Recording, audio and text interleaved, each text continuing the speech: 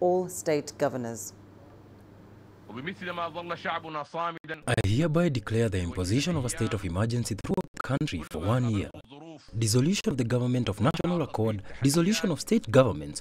We will continue to take the necessary measures and decisions to implement what we have mentioned.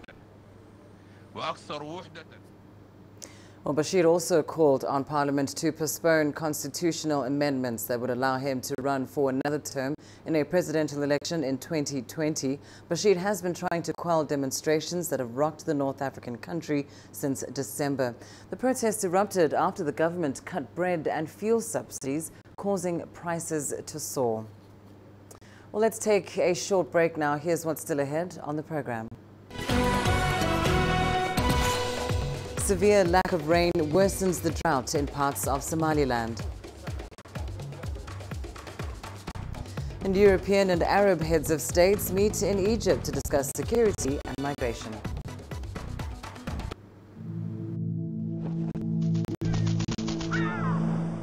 How will your world change today? What happens here?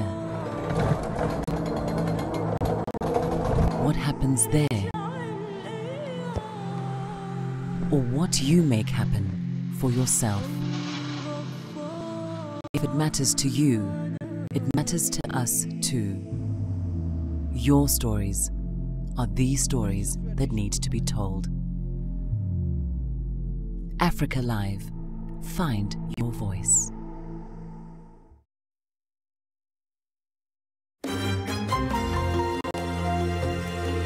Africa Live. Find your voice.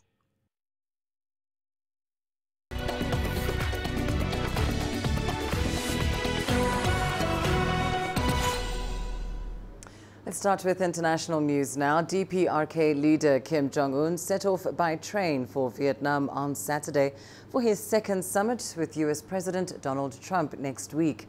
Experts believe that not much has changed on the denuclearization front since then.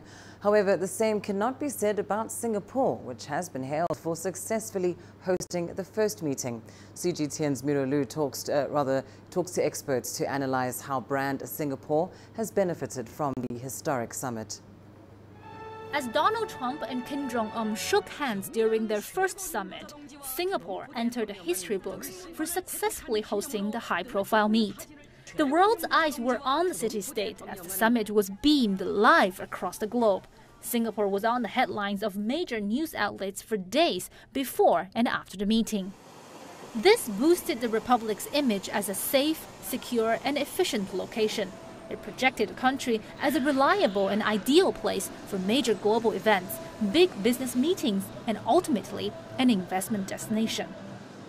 I think the branding image that Singapore enjoyed as a result of this event was that the whole world now understands that the Singapore industry for hotels, businesses, tourism attractions, so on and so forth, are attractive and of world-class quality.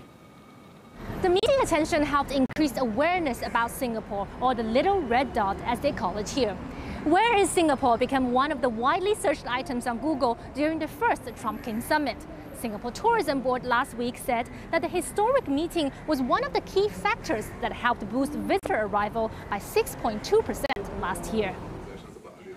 Meltwater is a media and business intelligence firm. Their research on the mainstream media and social media coverage around the summit shows that brand Singapore was able to gain $700 million in exposure.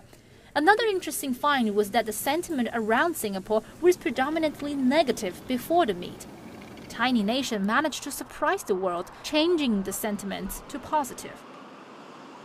Singapore treated the media very well, and there was a good amount of coverage written after the event by journalists that talks about how efficient Singapore was in hosting the event, and also how well run the whole event was at a global scale. This is a small nation running a very large event. Though Singapore prefers to downplay its role, it cannot be denied that the summit reinforced Singapore's soft power and strengthened its position as an honest broker and peacemaker.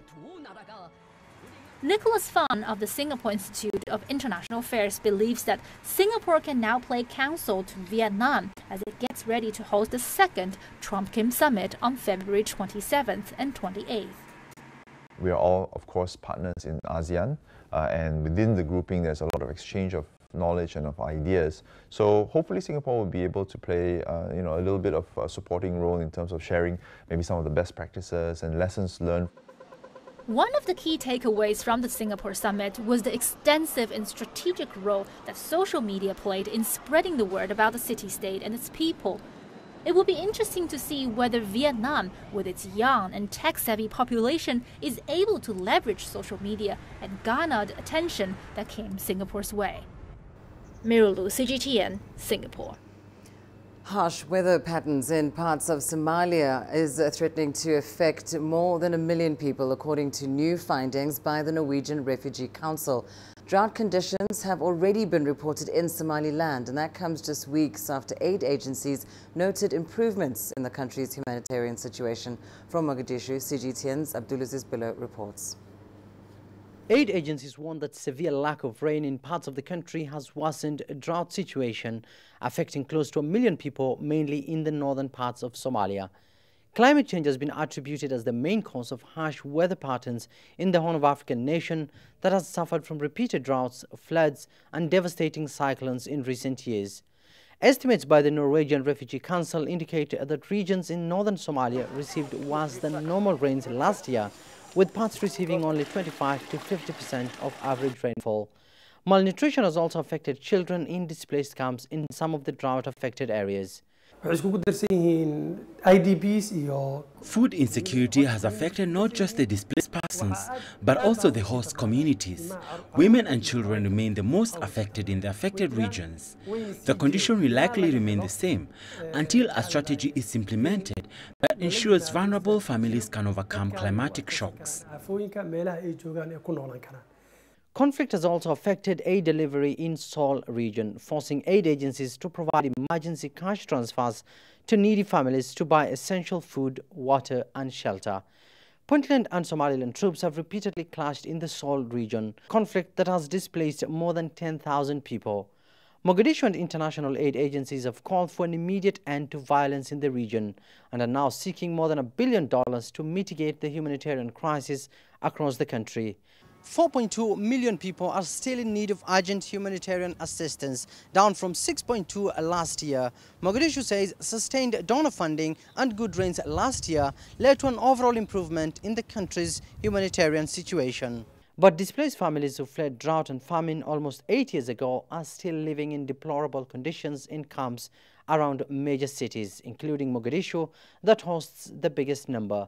The government and the United Nations have now been urged to come up with a new approach that ensures farmers and pastoralists remain in their regions by ensuring development aid reaches drought-prone areas, a move experts say will help address Somalia's protracted humanitarian crisis.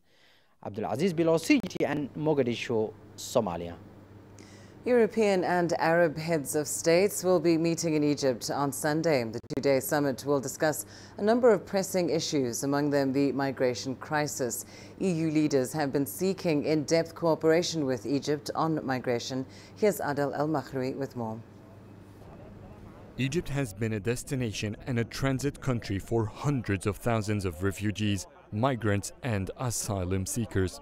Illegal migrants seek a better life in Europe by going through a dangerous maritime route in small boats to cross the Mediterranean Sea. The tragic death of hundreds of illegal migrants in Rashid City in 2016 has forced the country to terminate that attractive reputation for illegal migrants. Since that boat capsized over 2 years ago, there hasn't been a single report of boats leaving the Egyptian coast illegally.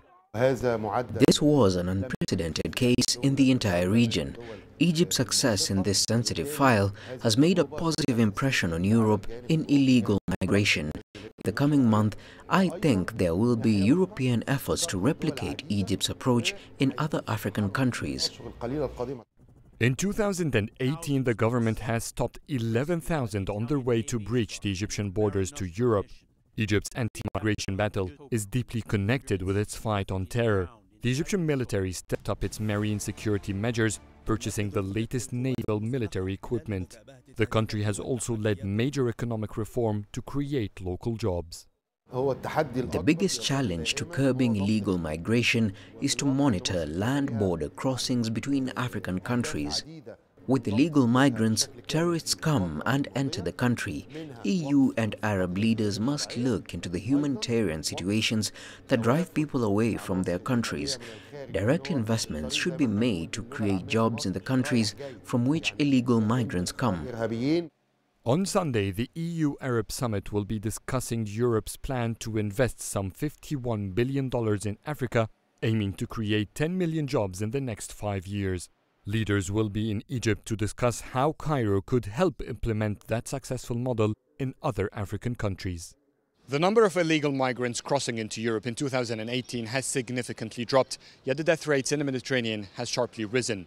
1 out of 18 migrants have been either dead or missing. That's why the two continents want to create platforms to make Africa attractive so it can retain its citizens and put a permanent end for this annual loss of lives. Adil Mahroui, CGTN, Cairo. Your sports news coming up next. Real Madrid target all 3 points as they travel to face Levante in La Liga.